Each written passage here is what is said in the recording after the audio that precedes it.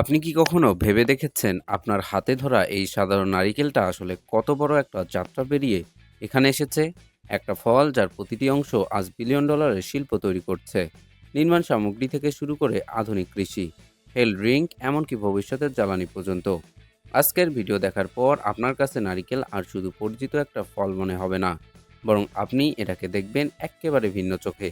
এই ভিডিওতে আমরা দেখাবো নারিকেল চাষের এমন কিছু দৃশ্য, এমন কিছু প্রক্রিয়া যেগুলো দেখার পর নারিকেলকে আপনার নতুন করে চিনতে হবে। তো চলুন ভিডিও শুরু করি। একটা নারিকেল গাছ ফল ধরার জায়গায় পৌঁছাতে সময় নেয় 3 থেকে 6 বছর। ছোট চারা থেকে ধীরে ধীরে আকাশ ছোঁয়া গাছে পরিণত হয়।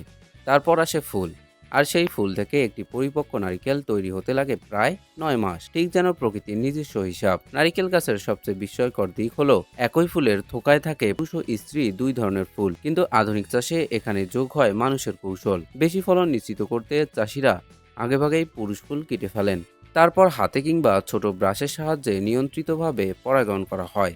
এই ম্যানুয়াল পরাগায়নের ফলেই একটি গাছ থেকে পাওয়া যায় অনেক বেশি নারিকেল। নারিকেল যখন পরিপক্ক হয় তখন শুরু হয় সবচেয়ে ঝুঁকিপূর্ণ ধাপ, গাছ থেকে নামানো। কেউ কেউ আজও খালি পায়ে 80 থেকে 100 ফুট উঁচু গাছে উঠে পড়েন। আবার কোথাও ব্যবহার হয় পোল মেথড, লম্বা বাঁশের মাথায় ধারালো কাটার লাগিয়ে নারিকেল পাড়া হয়। সবচেয়ে নিরাপদ পদ্ধতি হলো হাইড্রোলিক এলিভেটর, তবে ব্যয়বহুল হয় অনেক চাষি এই পদ্ধতি এড়িয়ে চলেন। গাছ থেকে নামানোর পর নারিকেলগুলো নিখুঁতভাবে সংগ্রহ করা হয়। কোথাও পানির ক্যানেলে ভাসিয়ে নৌকার মাধ্যমে পরিবহন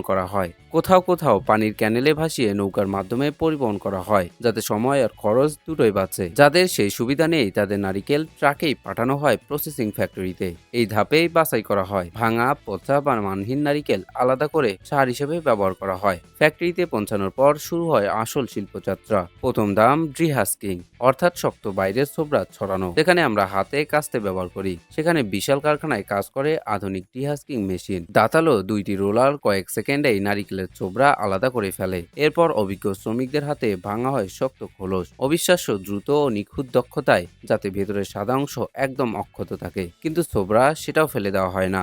এই ছোবড়ায় এখন একটা আলাদা শিল্প। মেশিনে পিষে তৈরি হয় শক্ত ও দীর্ঘ কোয়ার ফাইবার, যা দিয়ে তৈরি হয় দড়ি, ম্যাট, জাল। আজ এই কোয়ার ব্যবহার হচ্ছে নদী ভাঙন রোধ, পাহাড় ধস ঠেকানো, এমনকি রাস্তা নির্মাণেও। একসময়ের আবর্জনায় আজ বিশ্বমানের নির্মাণ সামগ্রী।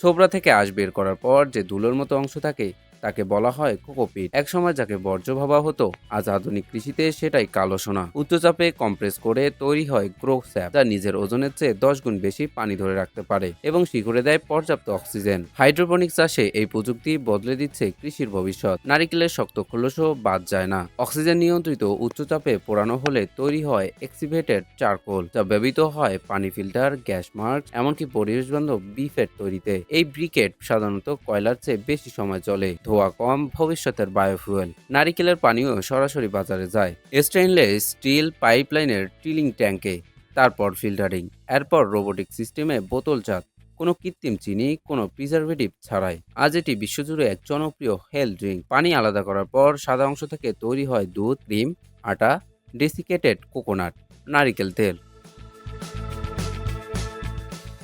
আর ভবিষ্যতে এই তেল থেকেই তৈরি হতে পারে বায়োজেট ফুয়েল। নারিকেল এখন শুধু আর একটা ফল নয়, ছোবড়া থেকে খোলস, পানি থেকে শ্বাস, প্রতিটি অংশই এক একটা শিল্প। বাগান থেকে ফ্যাক্টরি, আর সেখান থেকে বিশ্ববাজার। এই পুরো যাত্রাটাই নারিকেলকে খাবার নয়, একটি সম্পূর্ণ ইন্ডাস্ট্রিতে পরিণত করেছে।